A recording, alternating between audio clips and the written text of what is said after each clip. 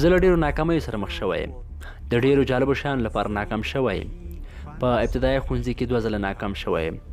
3 ځله په متوسطه دوره د ښوونځي کې ناکام شوی یم.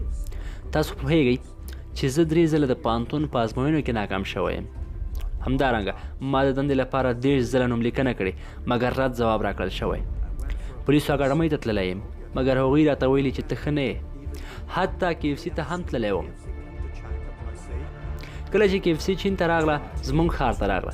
24 نفرو دندې ته نوملیکنه کړې وه. 23 نفره ومنل شو. زه یوازینی نفر وم چې رد ځواب یې راکړ. موږ 15 نفره پولیسو ته لاړو. له هغه 15 نفرو څخه 4 ومنل شول. زه یوازینی سړی وم چې هغوی ورسره هوکړه ونه کړه. نو زما لپاره دا د پای ټکی نه و. لکه څنګه چې ما مخکې درته وویل ما 10 ځله هاروارډ پوهنتون ته نوملیکنه کړې وه.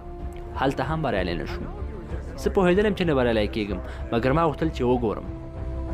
زما فکر موږ باید له دې ډول پیښو سره مخ شو. موږ هغومره هم نه یو. حتی نن ورځ موږ له ډېرو خلکو سره مخ کېږو چې هغوی موږ نه غواړي او رد ځواب راکوي. فکر نه کوم چې په دې نړۍ کې به څوک له 30 ځله څخه ډېر رد شوي وي.